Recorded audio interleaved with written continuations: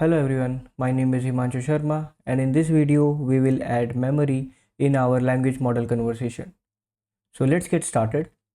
Head on to Spring Initializer website and fill in the details as per your preference. So for me it is Sharma Spring AI demo and we can keep it 21 and I'm going to use the YAML configuration and project is Maven, and for the dependencies we will need web, Olama, Postgres driver and JDBC chat memory repository.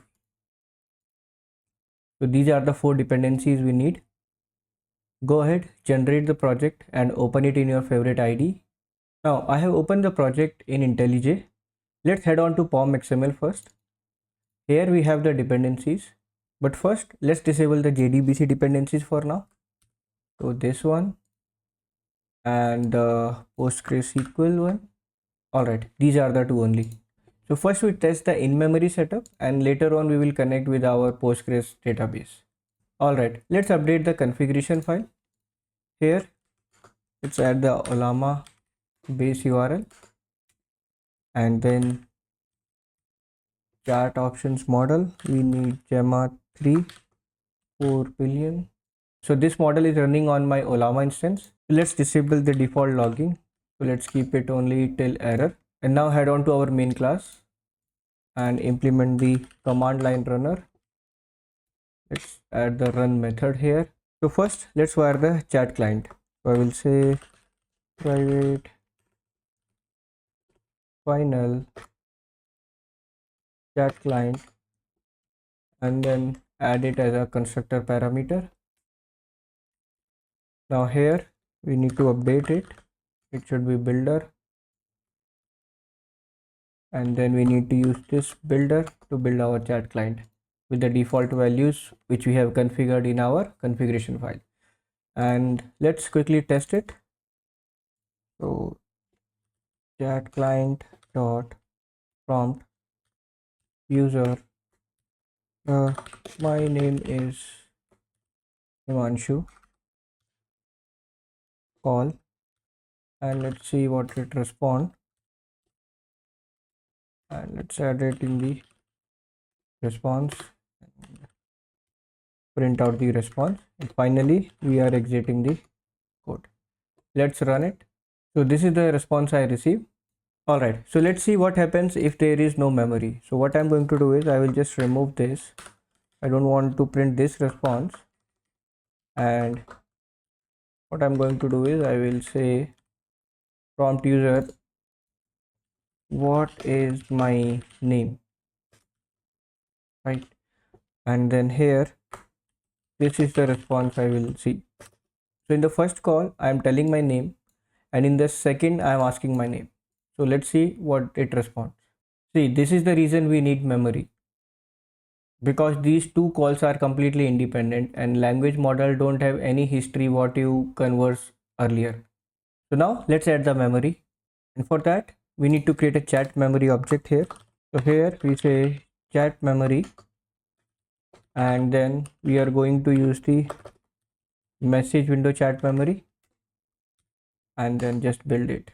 So this is the default chat memory instance using the in memory, and now I need to wire it with my chat client builder, and for that what I have to do is I need to add the advisors, and here I'm going to say message chat window chat memory advisor dot builder dot build, and here I'm going to pass the chat memory instance.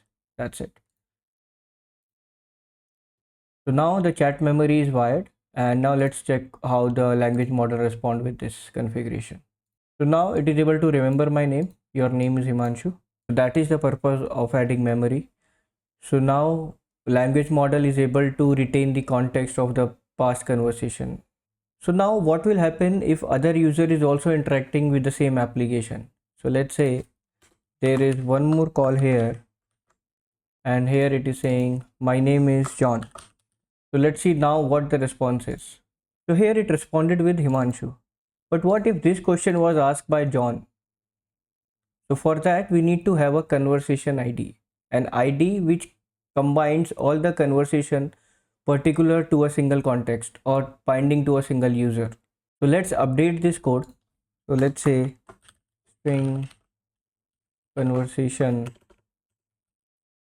ID, and let's create one ID here, ABC underscore 123, and just use this conversation ID whenever we are prompting the language model. So for that I'm going to use the advisors here, and here I'm going to say a.param and then chat memory dot conversation ID is the conversation ID.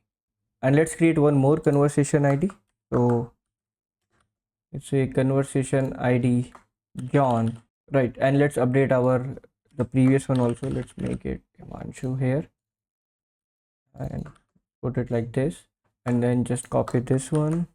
And in case of John here, I'm going to use the other conversation ID. Here it will be conversation ID John, and let's change the John conversation ID. It will be XYZ and let's say 789. And now the same thing I need to add in while asking the question. So I'll just copy this one and then I'm going to use it over here. And now let's see what response we get.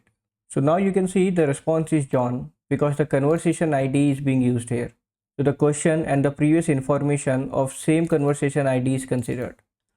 So if I change this value, if I just use Himanshu here and now again run this application, now it will give me Himanshu. There it is. Now let's update the dependencies and use the Postgres database for saving our memory conversation. So head on to pom.xml and uncomment the previously commented code, the chat memory as well as the Postgres SQL. And then head on to the configuration file. Here I'm going to add the data source configuration. So data source URL is going to be JDBC Postgres SQL localhost 5432, and my database is Postgres only. Here username is Postgres and password is Postgres, and then in the driver class name Postgres SQL driver. Along with this I need to enable one more property. So here, so this one, chat memory initialize schema. So we need to update it for always just for the first run, and what it will do is it will create the table required to save the memory data. Alright, so this is the configuration required. Now let's head on to the code. Here we only need to make very minimal change, and that is the updation of this chat memory instance. So here instead of creating the default instance, we need to bring in the chat memory repository.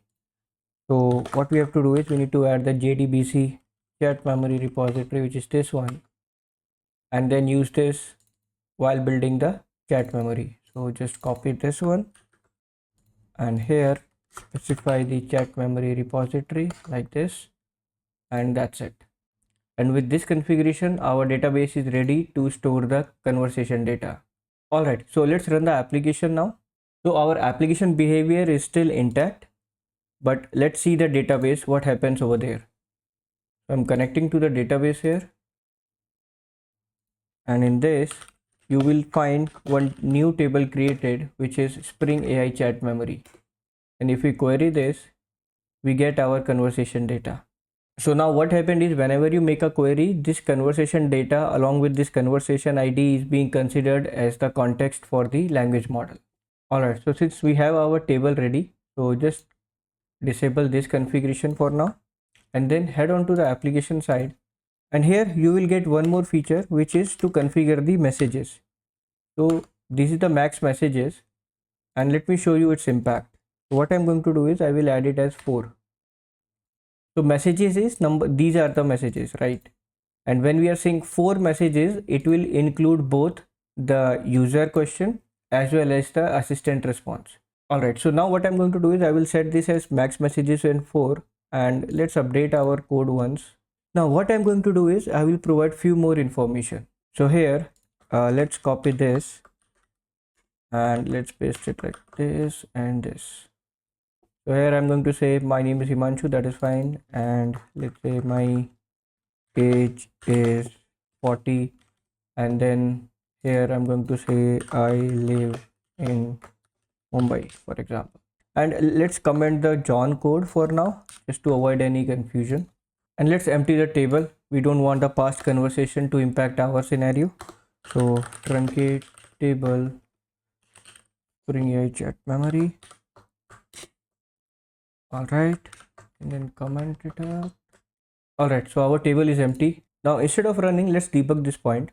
So I have stopped the call till here, and let's see the impact of setting the 4 messages in our configuration. So now in the database side, if I query this, you only get 4 messages per conversation ID. So here you can see, if I compare it with the code, it did not have the my name is Himanshu content here. It starts with this one. So the first message now become this. Second one is the response of this. Third one is this one, and the fourth is this.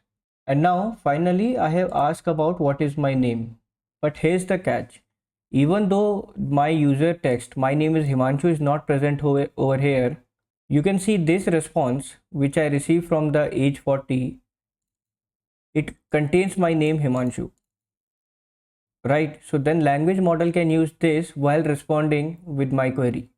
So let's see what will happen. Let's bypass the point and check the output. And yes, it's going to guess my name is Himanshu. So basically when we configure the value as 4 messages, those are getting rolled over, and that value is corresponding to one conversation ID. So let's enable the John code, this one and this one, and let's remove the debug point for now and delete the console. Let's truncate the table.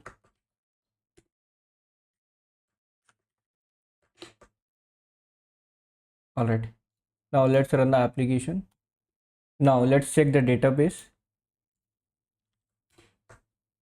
So here we are getting 4 messages for the conversation ID for Himanshu, and then we get 2 messages for the John. And if I add more messages for this conversation ID, those will keep on roll over these, and the limit will still remain the 4. That's all in this video. Thank you everyone. Thanks for watching.